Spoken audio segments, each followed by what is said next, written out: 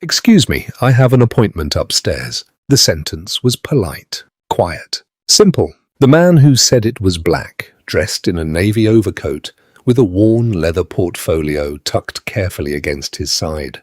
Darren Pike, the head of security, looked him over once and made up his mind before asking a single useful question. "An appointment?" His mouth curled into a smile that carried no warmth. "Sure you do. The exit is behind you.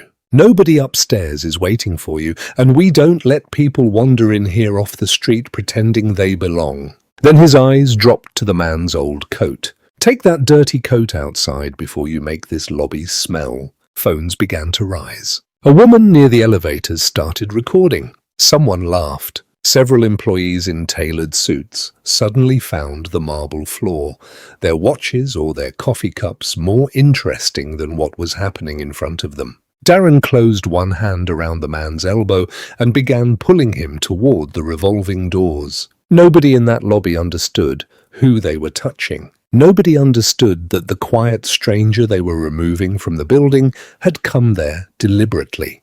And nobody knew that only a short while later, a senior executive would come rushing down the marble staircase with 3 words that would change careers before the day was over. To understand what happened, you first need to understand the building. Meridian Equity Partners occupied floors 32 through 41 of a glass tower in Midtown Manhattan. It served old money families, pension funds, private foundations, and wealthy clients who rarely saw the firm's name in advertisements because firms like Meridian did not need public attention. The lobby looked less like an office reception area and more like a private chapel built for money. Veined white marble covered the floor. A leather sofa sat untouched beneath carefully placed lighting. An imported olive tree stood near the elevators, expensive enough to cost more than many people's cars. Meridian was not an independent empire. It belonged to a parent company called Mercer Hollis Capital Holdings. Most employees at Meridian had never met anyone from the parent firm. They saw the name on legal documents. They saw it on ownership charts and internal reports. For most of them, that was all. Remember that. It matters. The man in charge of security that morning was Darren Pike. He was 46 years old and had spent 8 years at Meridian. Before that, he had spent 12 years as a state trooper in upstate New York, a career that ended after a complaint involving his use of force. Inside Meridian, some employees privately called him the filter. Darren decided by sight who looked as though they belonged in the building and who did not. He believed this was instinct. He called it experience. He told new security hires to trust their gut. If someone walked in looking uncertain, Darren assumed they had no business being there. If someone did not fit his idea of a wealthy client, senior executive, attorney, or investor, he treated suspicion as wisdom. There had already been complaints. 2 employees had quietly raised informal concerns about Darren during the previous 3 years.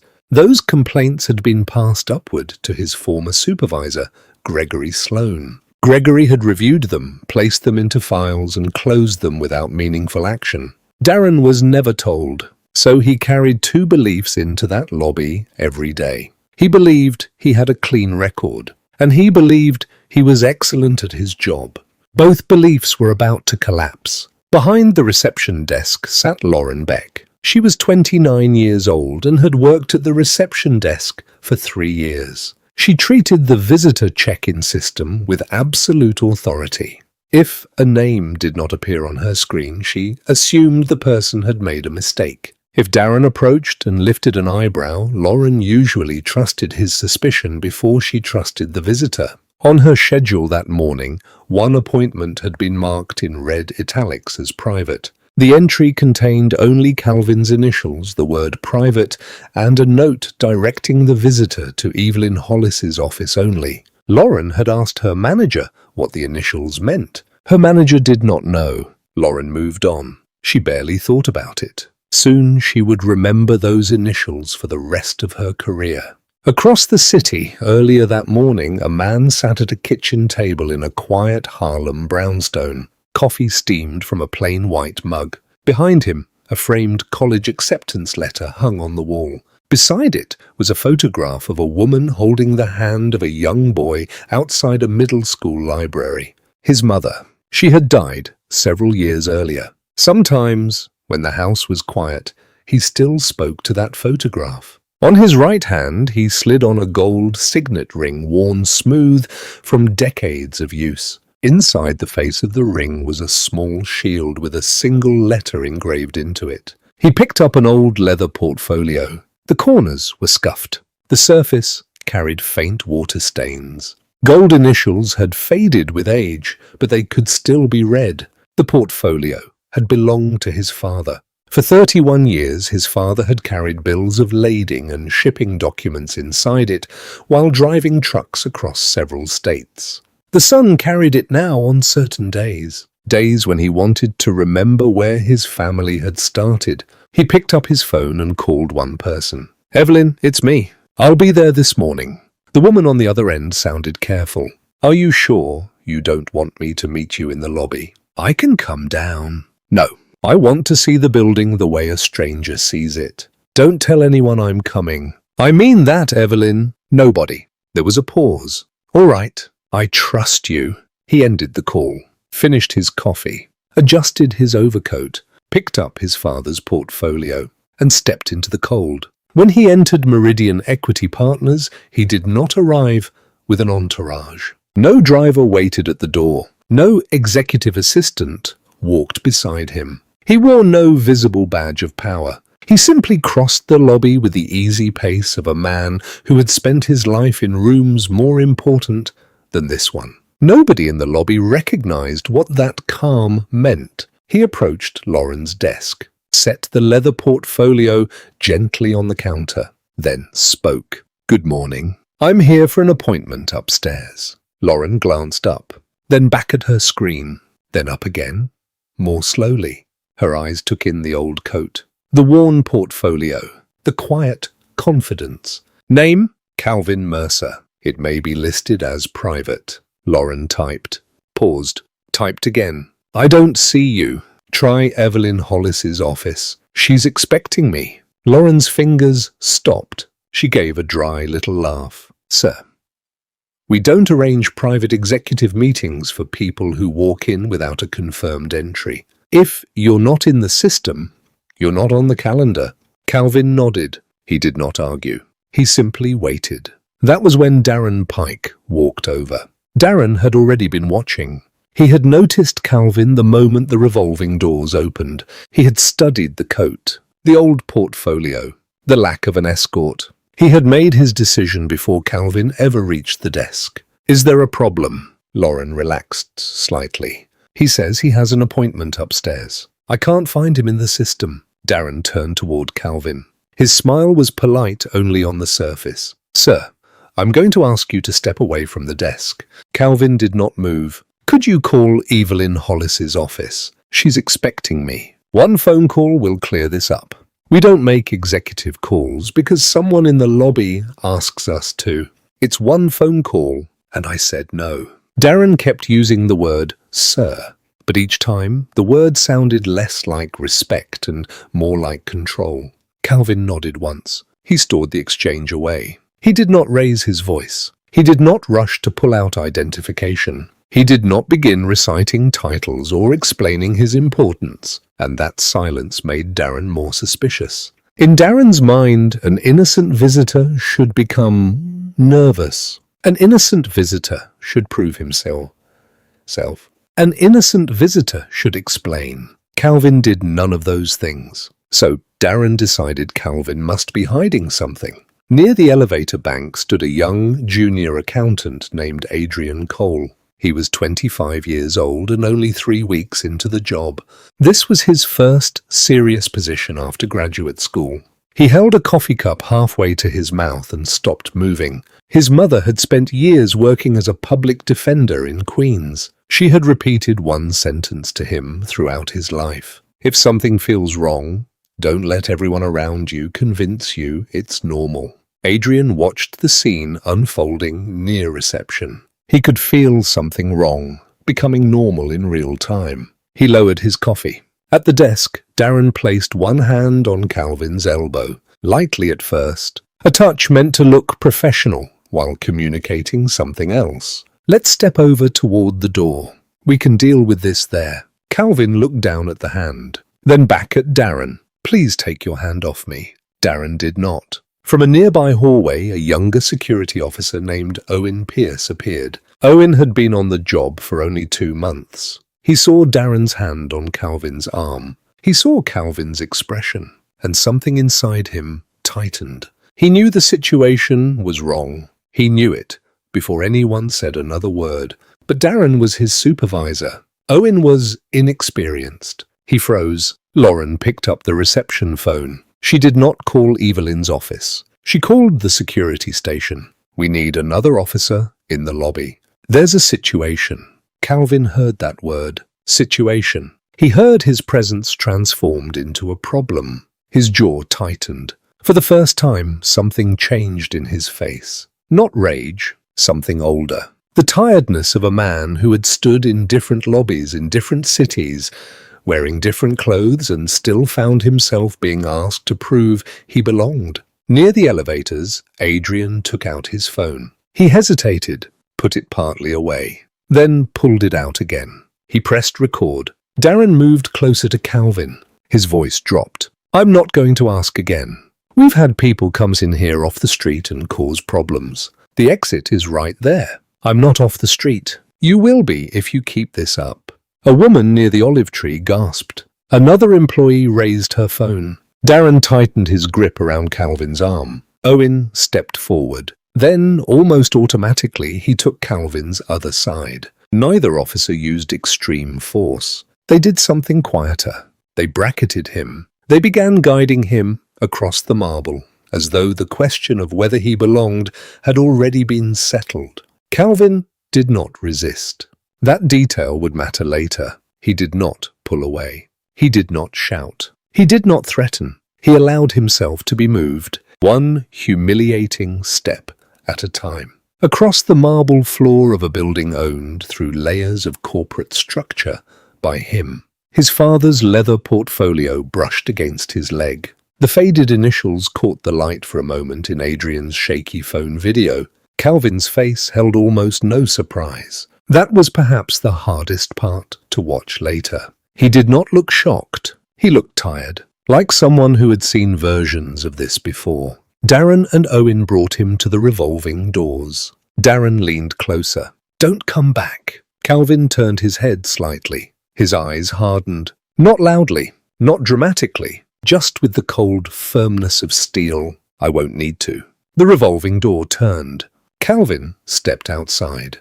Alone. The lobby released a breath. Lauren gave a nervous laugh. Darren adjusted his cuffs. Several employees looked around, silently checking whether it was safe to pretend nothing had happened. Most of them chose to do exactly that. Adrian did not. His phone was still recording. His hand was shaking. Owen walked slowly back toward the security desk. He avoided Darren's eyes. He sat down, placed both palms flat on the desk, and stared at the surface as if trying to steady himself. For a brief stretch, the lobby returned to normal. Elevator doors opened, closed. A printer clicked behind reception. People moved through the space. Then, fast footsteps echoed from the grand marble staircase above, heels striking stone, coming down quickly. A woman's voice followed. Where is he? Where is he? Lauren looked up. Darren turned toward the stairs. Owen lifted his head. Every person in the lobby seemed to turn at once. A woman came down the staircase almost 2 steps at a time. Silver hair cut neatly along her jaw. Charcoal blazer. The controlled appearance of someone who almost never ran anywhere. Her breathing was uneven. This was Evelyn Hollis, Vice President of Operations, one of the most powerful executives in the building. She reached the lobby floor and searched the room. Her eyes landed on Darren. Where is he? Darren straightened. He tried to recover the authority he had been using only moments earlier. Ma'am, we just handled a problem. Handled what? Her voice cracked through the marble lobby. What exactly did you handle? Lauren rushed to explain. There was a man. He said he had an appointment. There was nothing in the system. He was asking for you, but... Evelyn turned sharply toward her. He did have an appointment with me. Lauren's mouth opened. No answer came. Evelyn was already heading for the revolving doors. Please tell me he's still outside. Please. She pushed through the entrance. Everyone in the lobby watched through the glass. They saw her move quickly down the sidewalk. They saw her catch up to Calvin. They saw her reach toward him. He turned. She spoke. Her hand rose to her mouth. She shook her head. Calvin nodded once. Then they began walking back together. Her hand rested gently on his arm, not like Darren's hand. Not controlling, not restraining. Familiar, respectful.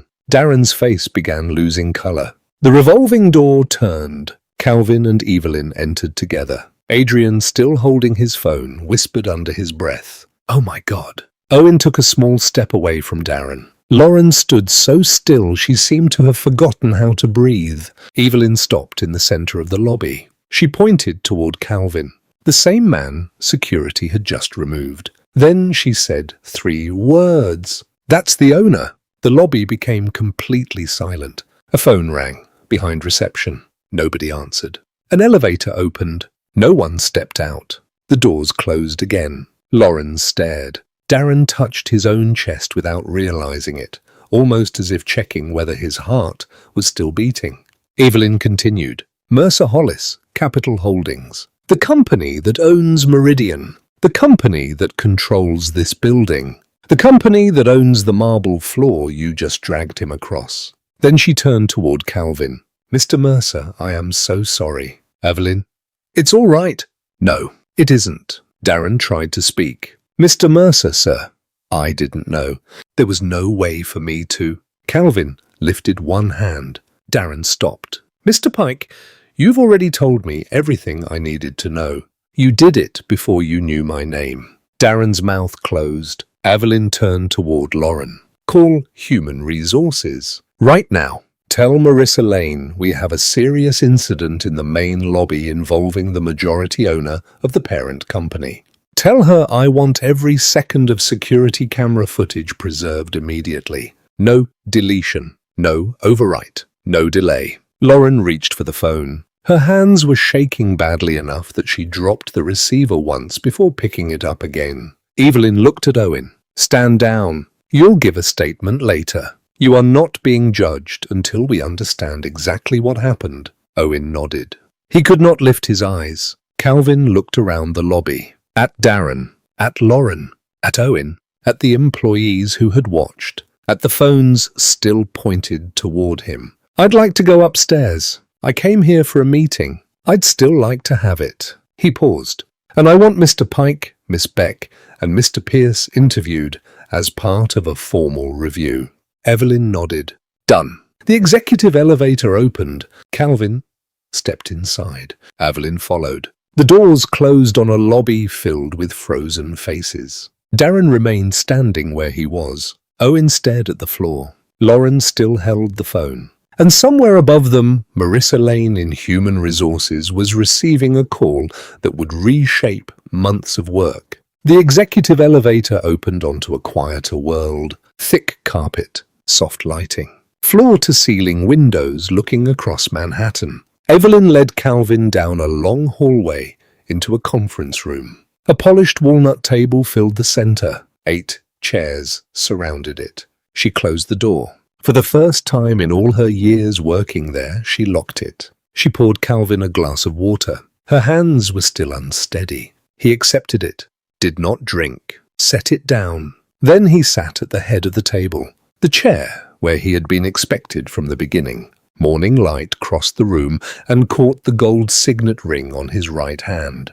Now the engraving was visible, a small shield. Inside it, the letter M. His mother had given him that ring when he graduated from Wharton. She had saved money in a coffee can beneath her bed for 6 years to buy it. Calvin had worn it every day since. This was Calvin Mercer. He had grown up in a small row house in West Baltimore. His mother, Naomi Mercer, worked as a middle school librarian. She remembered which children needed help reading, which children were bored because they read too far ahead, which families needed books at home. She knew half the neighborhood by name. His father, Silas Mercer, drove long-haul trucks for 31 years. He spent those years moving freight along routes that stretched from Baltimore into the South and back again. Silas carried bills of lading, fuel receipts, route notes, and delivery records in a leather portfolio with his initials stamped in gold. The same portfolio that had just brushed against Calvin's leg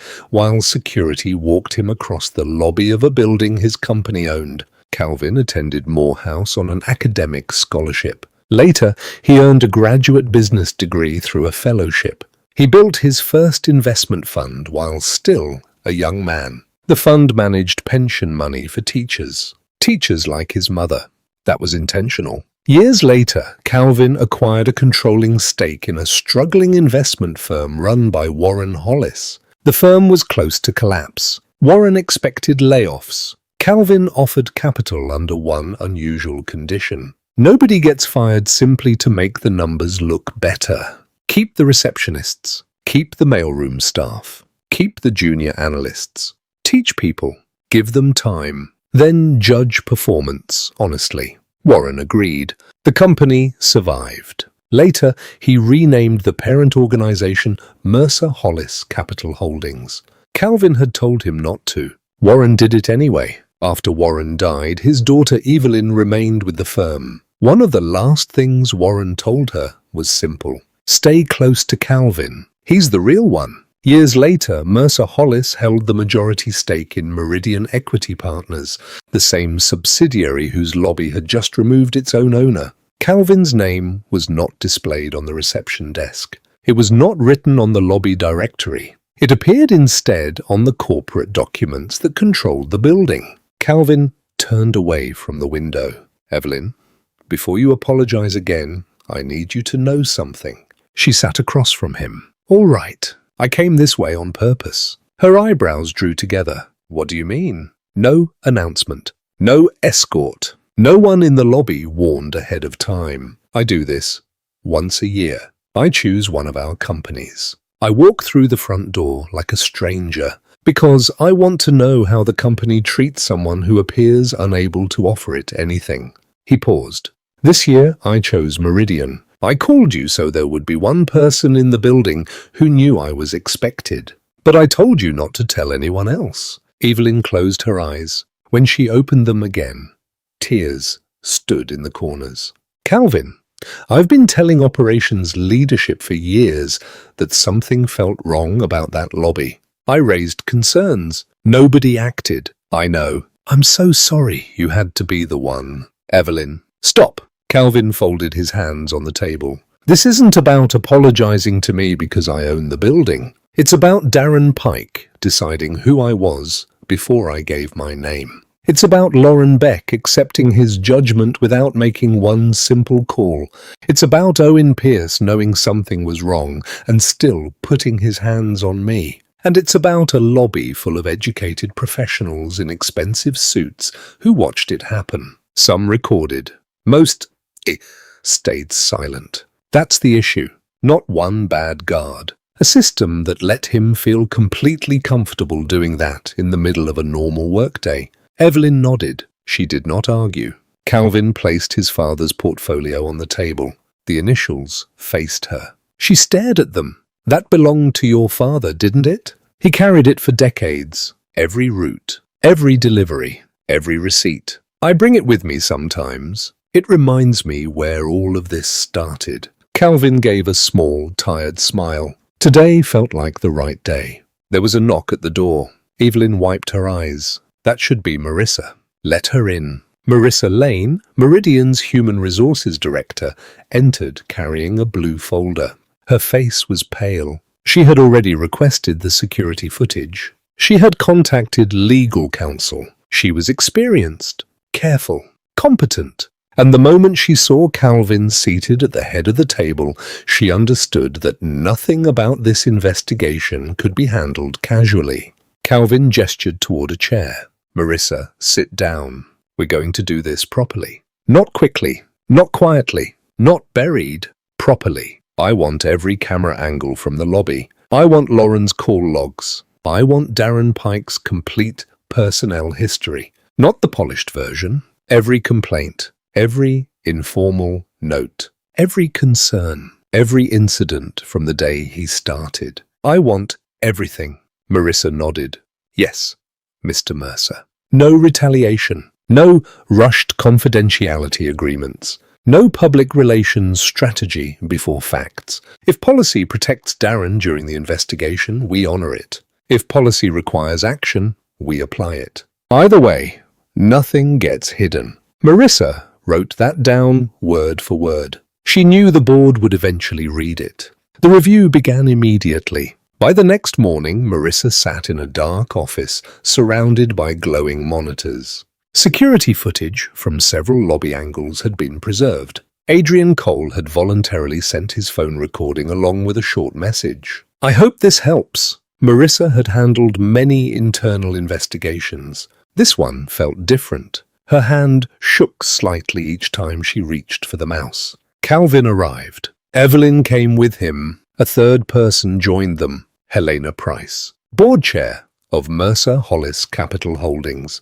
a retired federal judge. She had spent many years on the bench before entering private corporate governance. She walked with a slight limp from an old accident and carried a leather satchel worn smooth with age. Helena nodded once to Marissa, placed the satchel down, and sat. Calvin closed the door. Marissa, Helena is here to make sure this process is clean. Not fast, clean. If anyone tries to cut a corner, she stops it. If anyone tries to protect the firm at the expense of the truth, she stops it.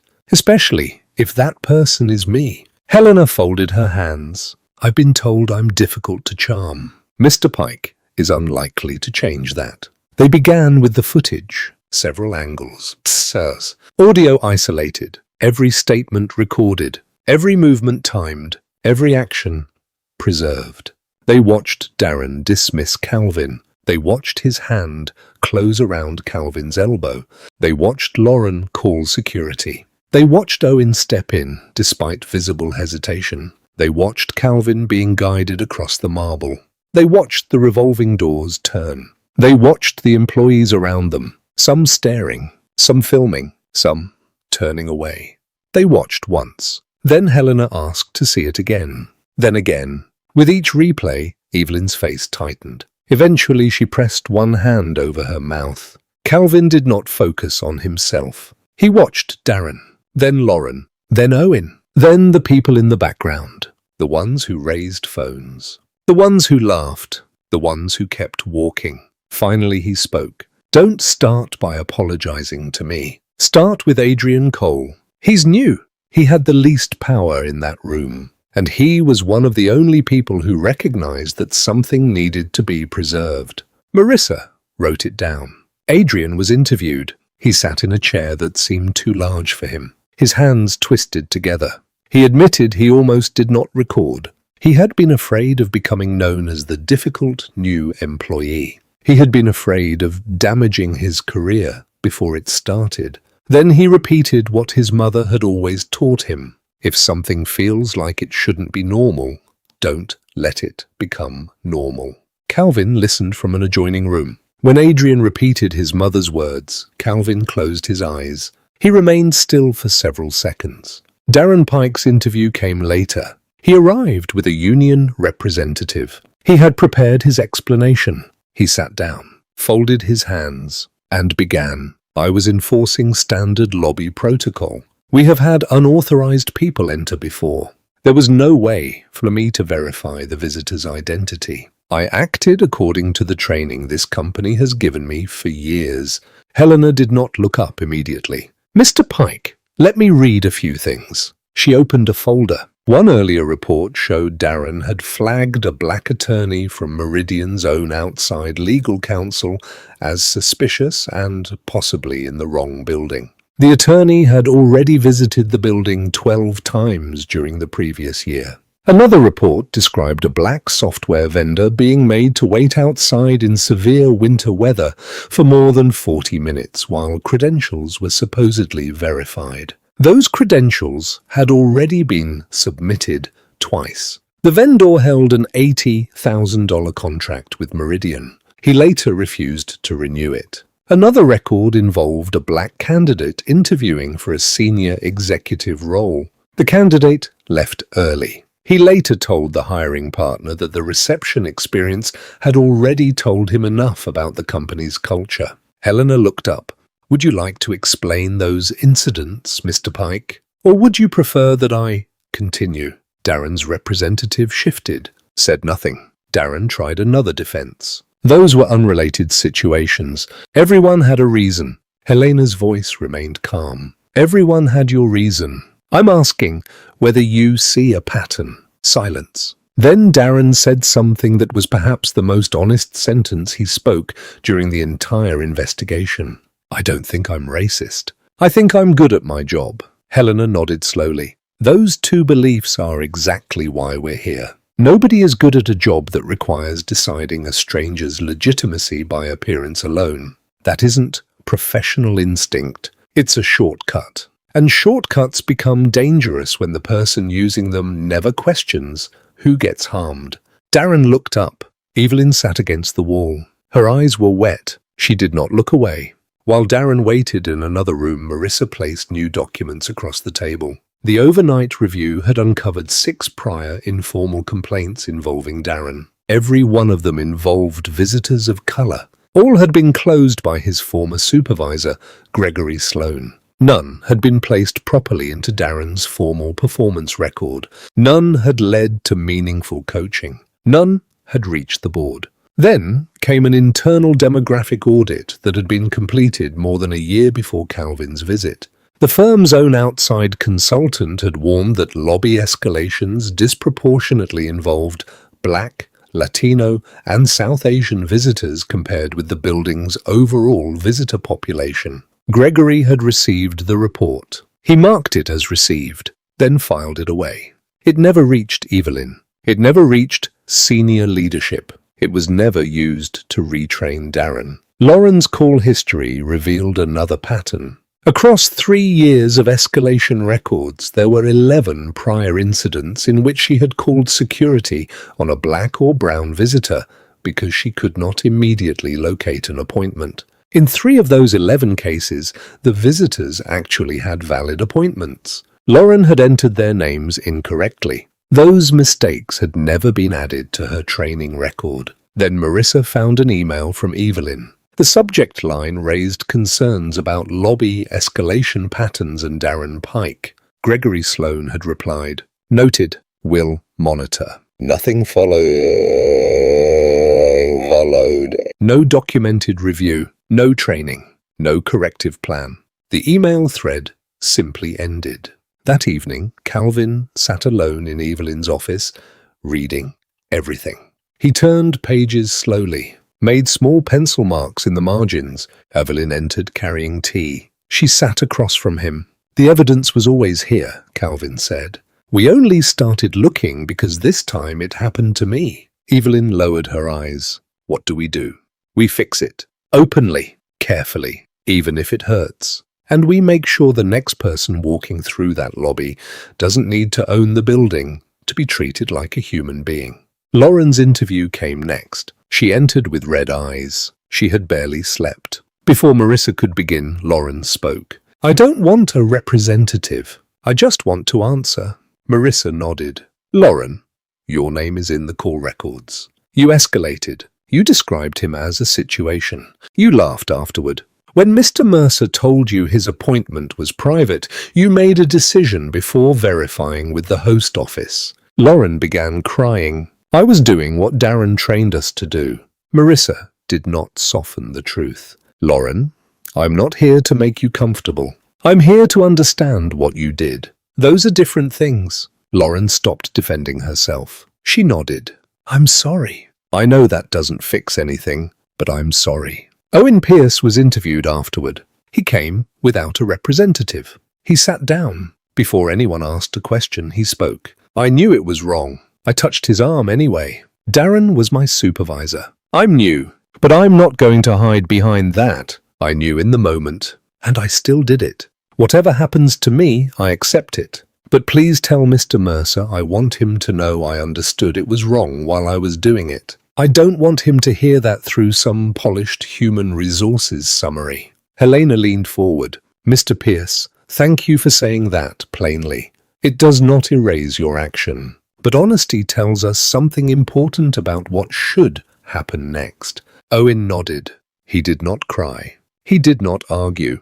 He simply accepted the weight of what he had said. After reviewing the evidence, Calvin gave Evelyn a handwritten list. 6 items. First, Darren Pike, termination for cause if the final procedural review confirmed the documented findings. Second, Lauren Beck, final written warning, 90 days of mandatory retraining, documented behavioral improvement and clear consequences if she failed to change. Third, Owen Pierce, 6 months of probation, structured mentorship under new external security leadership, and conflict resolution training funded by the firm. Fourth, independent review of every incident closed under Gregory Sloan's supervision across the previous 5 years. Any visitor treated improperly would be contacted, apologized to, and made whole where reasonably possible. Fifth, a new lobby protocol. No visitor could be physically removed or treated as a security threat solely because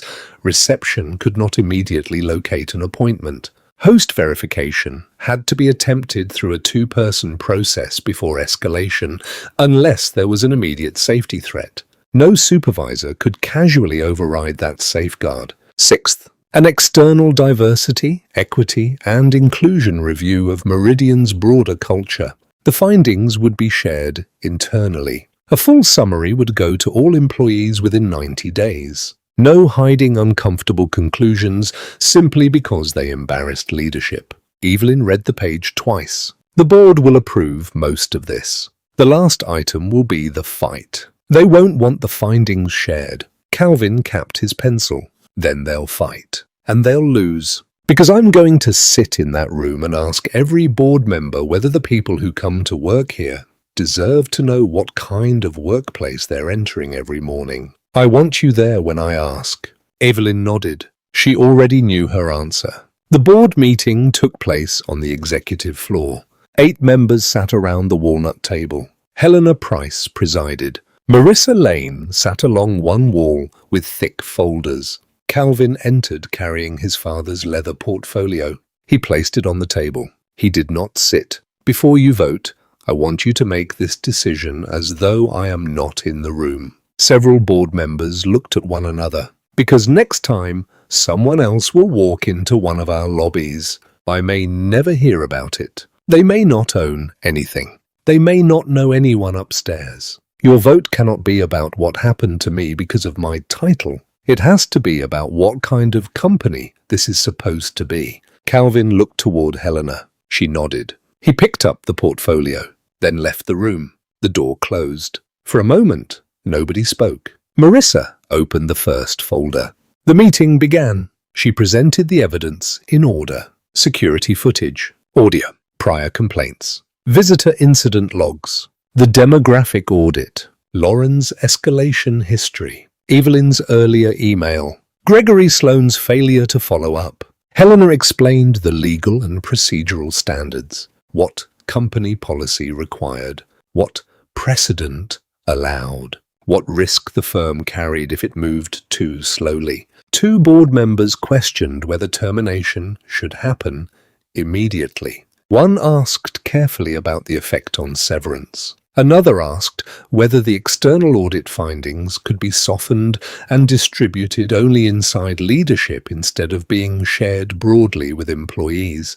Helena answered every question without raising her voice. She was not dramatic. She was precise. Eventually, the resistance faded. Evelyn spoke last. She used no notes. She reminded the board that she had raised concerns about the lobby years earlier. Those concerns had not been acted on. She reminded them that Calvin Mercer was one of the main reasons the parent company had survived its darkest financial period.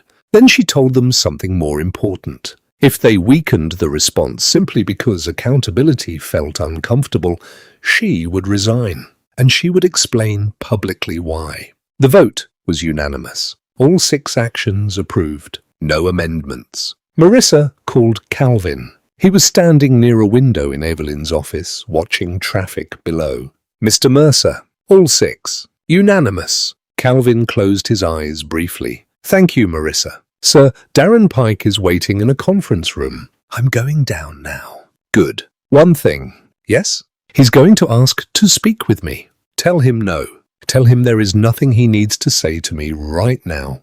There's a great deal he needs to say honestly to himself. Marissa wrote the sentence down.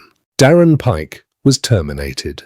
The decision was delivered calmly. No public spectacle. No cheering. No humiliation for entertainment. Another security officer escorted him to collect his belongings. Darren asked once to speak with Calvin. Marissa delivered Calvin's message exactly. Darren did not answer. He nodded, looked at the floor, then walked through the same lobby, past the same marble, past the same olive tree, past Lauren, who had already begun retraining, past Owen, who looked up and held Darren's eyes for a long moment. Nobody laughed. Nobody whispered. A new receptionist in training quietly recorded the departure using the new verification procedures. Lauren received her final written warning. She was placed into mandatory retraining and required to demonstrate measurable behavioral change. Her job was not guaranteed, but she was given a path. Through tears, Lauren said one thing. I want to try, Marissa answered. Then try like somebody else's future depends on whether you learn. Because it does. Owen received probation, structured mentorship, training in conflict resolution, close supervision from new outside security leadership. Owen listened, then said, I want to learn how to do this job correctly. If I can't, I shouldn't have it. Marissa looked at him. That's the first decision in your improvement plan. Now prove it. Gregory Sloan, the retired supervisor who had buried the earlier complaints, was contacted by outside counsel. His retirement benefits were not casually stripped away. The purpose was not revenge. But every incident he had closed during his final years was reopened for independent review. 11 prior lobby incidents were reopened. 4 former visitors received formal written apologies. Some were contacted directly by senior leadership. Where the firm could repair financial or professional harm, it tried. The review was not finished in a day. It took months. That was part of the point. Real reform is slower than a press release. The company changed lobby procedures immediately. Reception employees were retrained. Security staff were taught that uncertainty about a visitor was not the same as evidence of danger. Appointments had to be verified properly. Host offices had to be called. Names had to be rechecked. Different spellings had to be considered. Physical contact became a last resort reserved for genuine safety concerns, not a shortcut for impatience or bias. The firm hired outside security leadership. Training included conflict de-escalation, bias awareness, documentation standards, visitor dignity, and accountability. Every incident involving removal from the lobby now required review. Not because Calvin believed every employee was malicious, because systems become dangerous when nobody is required to explain a decision. The external culture audit expanded beyond the lobby. Hiring, promotion, vendor selection, employee complaints, executive behavior. Patterns that had been easy to dismiss one story at a time became harder to ignore when viewed together. The findings were uncomfortable. Calvin expected that. He did not want a comfortable report.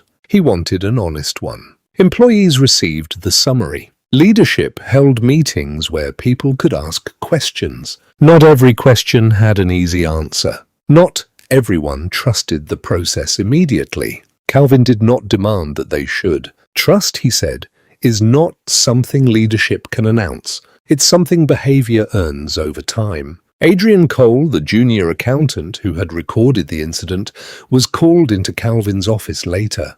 Adrian entered nervously. He expected praise, or perhaps trouble. Calvin motioned for him to sit. Your mother told you not to let something wrong become normal. Yes, sir. That sentence stayed with me. Adrian lowered his eyes. I almost didn't record. I was scared. Calvin nodded. Courage doesn't mean you aren't scared. It means fear doesn't get the final vote. Adrian looked up. Calvin continued. You had very little power in that lobby. You still used what you had. A phone. Attention. A decision not to look away. Don't confuse small tools with small actions. Adrian swallowed. Thank you, sir. Calvin smiled faintly. Thank your mother. Owen's mentorship was difficult. The new security director did not let him hide behind youth or inexperience. They reviewed the footage repeatedly. They paused at the exact moment Owen stepped forward. What were you thinking here? Owen answered honestly. I knew Darren was wrong. Then why did you move? Because he was my supervisor. And what did you decide in that second? That obeying him mattered more than trusting what I knew. The director nodded. That's what you have to change. Not just procedure. That. Owen learned to slow down. Ask questions. Verify. Use authority without treating it like ownership over another person's dignity. He made mistakes. He was corrected. He stayed. Lauren struggled too. Her retraining required her to review past incidents. She had to listen to recordings of her own voice. Hear the impatient. Hear assumptions she had once considered normal. In several cases, she wrote apology letters. Not scripted corporate letters, personal ones. Some visitors never responded. One replied with only a single sentence. I appreciate that someone finally noticed. Lauren printed that sentence. She kept it inside a drawer at reception. Not to make herself feel forgiven, to remind herself that noticing too late still carries responsibility. The independent review of Gregory Sloane's closed files revealed a broader problem. People had raised concerns. They simply had not been treated as urgent. One complaint by itself looked small. Another seemed easy to explain away. A third disappeared into procedure. Over time, a pattern formed. But because no one had been responsible for connecting the dots, the pattern became culture.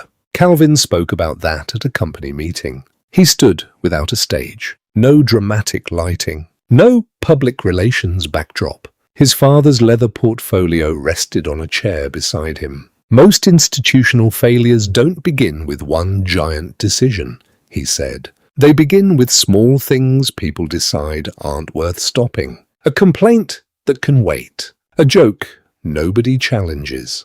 A visitor treated differently. A manager who says he'll monitor something and never does. A young employee who knows better but stays quiet. A receptionist who trusts a stereotype because it's faster than checking. A leader who assumes silence means everything is fine. He looked across the room. Attention is a form of responsibility. What you choose to notice matters. What you choose not to notice matters too. The firm did not turn the incident into a celebration of Calvin. He refused. When communications staff suggested a campaign about the owner who transformed company culture, he rejected it. This isn't a story about me being important, he told them. The whole problem started because people think importance is what earns dignity. Don't make the correction repeat the mistake. Instead, the internal report centered systems, visitor treatment, escalation standards, complaint handling, managerial accountability, employee responsibility. The report also acknowledged something uncomfortable. The lobby had contained many witnesses. Some had filmed. Some had looked away. Very few had acted. Employees were invited into discussions about bystander responsibility, not heroics, not confrontation, simple choices. Ask a question. Call the host office. Get another supervisor. Document what happened. Stand beside someone being isolated. Say, I think we should slow down. Small interruptions can stop bad assumptions from becoming official actions. Months later, Calvin sat once again at his kitchen table in Harlem. The same plain white coffee mug sat near his hand. The framed college letter remained on the wall. His mother's photograph stood beside it. His father's old portfolio rested on the chair next to him. His phone vibrated. A message from Evelyn. The new receptionist started today. Her first visitor was a retired schoolteacher connected to a pension fund. Her name didn't appear immediately. The receptionist called upstairs before making any assumption. Everything was fine. Calvin read the message twice, then smiled. Small, tired, real. He typed one word. Good. Then he placed the phone down. For a moment, he looked at his mother's photograph. Calvin Mercer had not walked into Meridian's lobby because he wanted to trap anyone. He walked in because he wanted to see. And what he saw was bigger than one security chief. Bigger than one receptionist. Bigger than one inexperienced officer. He saw a culture where small assumptions had been allowed to become routine, where politeness had become conditional, where confidence, clothing, race, and appearance influenced who received patience and who received suspicion. The solution was not punishment alone. Punishment can remove a person. It cannot, by itself, repair a system. The deeper work was attention, reviewing what had been ignored, listening to complaints that had been buried, training people who could still learn, removing people whose behavior and authority had become unsafe, changing procedures so dignity did not depend on whether someone happened to know the right executive, and being honest enough to admit that the company had failed long before Calvin walked through the door. There is a reason the first few moments of meeting someone matter. In those moments, people can feel whether we are curious or suspicious, respectful or dismissive, patient or impatient. We often reveal our assumptions before we reveal our names, but this story is not asking anyone to treat every stranger well, because that stranger might secretly own the building. That would miss the point completely. Calvin deserved dignity even if he owned nothing. He deserved it if he were lost. He deserved it if his appointment had been entered incorrectly. He deserved it if he were a delivery driver, a teacher, a job applicant, a vendor, a man asking for directions, a stranger who simply walked through the wrong door. Respect is not a reward for hidden power. It is the basic way human beings should meet one another. The same is true of courage. Adrian did not stop the incident. He did something smaller. He recorded it. Owen did not make the right choice in the moment. Later, he chose honesty instead of excuses. Lauren made harmful assumptions. Then she was forced to confront them and decide whether she would change. Evelyn had raised concerns in the past, but the system failed to act. When the truth became impossible to ignore, she refused to let leadership soften the response. Helena insisted on procedure instead of revenge. Calvin refused to turn his own humiliation into a spectacle. Each person faced a different choice. That is often how life works. We rarely get one perfect moment to prove who we are. We get many smaller moments. A chance to speak, a chance to stay silent, a chance to verify before judging, a chance to admit we were wrong, a chance to change after we fail, a chance to use power carefully instead of cruelly. Forgiveness does not mean consequences disappear. Accountability does not require humiliation. And kindness does not mean ignoring harmful behavior. Sometimes the most humane response is to tell the truth clearly. Protect the people who were harmed, remove authority when it has been misused, and still leave room for those who are capable of learning to do better. A lobby is a small place, but it is often the first room a stranger sees. What happens there tells people something about the entire building. The same is true everywhere. A front desk, a classroom, a hospital waiting room, a store, an office, a family table. The way we treat someone before we know what they can do for us says more about our character than almost anything else. Calvin Mercer changed more than a security policy. He changed the meaning of those first moments inside Meridian. Not because every future visitor would be important, because every future visitor was already a person. And that should have been enough from the beginning. So when you meet someone new, slow down. Look again. Ask before assuming. Listen before deciding. And if something feels quietly wrong, don't let comfort turn it into normal. You may not have the most authority in the room. You may not have the loudest voice. You may only have a question, a phone, a witness, or the courage to say, let's make sure we're doing this right. Sometimes that is enough to change what happens next. Treat every stranger like they matter, not because they may secretly be powerful, because they already do.